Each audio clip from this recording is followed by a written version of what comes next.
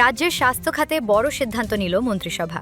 নতুন নীতি অনুযায়ী এজিএমসি ও জিবিপি হাসপাতালের ফ্যাকাল্টি এবং মেডিকেল অফিসারদের জন্য 20% নন প্র্যাকটিসিং অ্যালাউন্স এনপিএ চালু করা হয়েছে।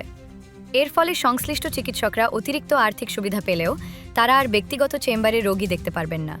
সরকারের মতে এই পদক্ষেপ সরকারি হাসপাতালগুলিতে চিকিৎসকদের আরও বেশি সময় ও মনোযোগ নিশ্চিত করবে এবং রোগী পরিষেবার মান উন্নত করবে।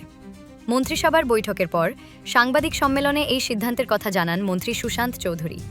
স্বাস্থ্য পরিষেবাকে আরও শক্তিশালী করতেই এই গুরুত্বপূর্ণ পদক্ষেপ নেওয়া হয়েছে বলে জানানো হয়।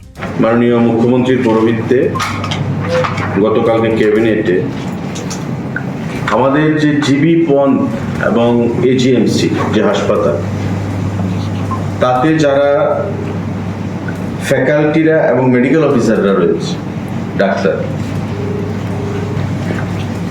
যারা এখানে কাজ করেন, চাকরি করেন,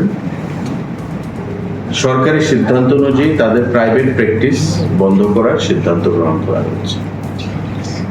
মানে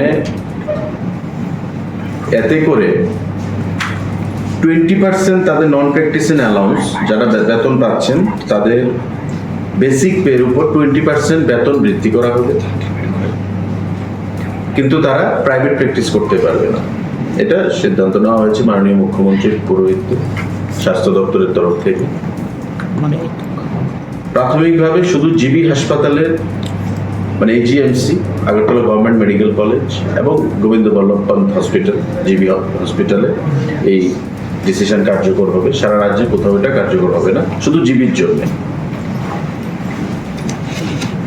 ফ্যাকাল্টি যারা এজিএমসিতে রয়েছেন এবং যারা আমাদের জিবি হাসপাতালে রয়েছেন মেডিকেল অফিসাররা, তারা 20% বেসিকের উপর বেতন বৃদ্ধি বেশি পাবে, কিন্তু প্রোভাইডেড তারা প্র্যাকটিস করতে পারবে না প্রাইভেট প্র্যাকটিস।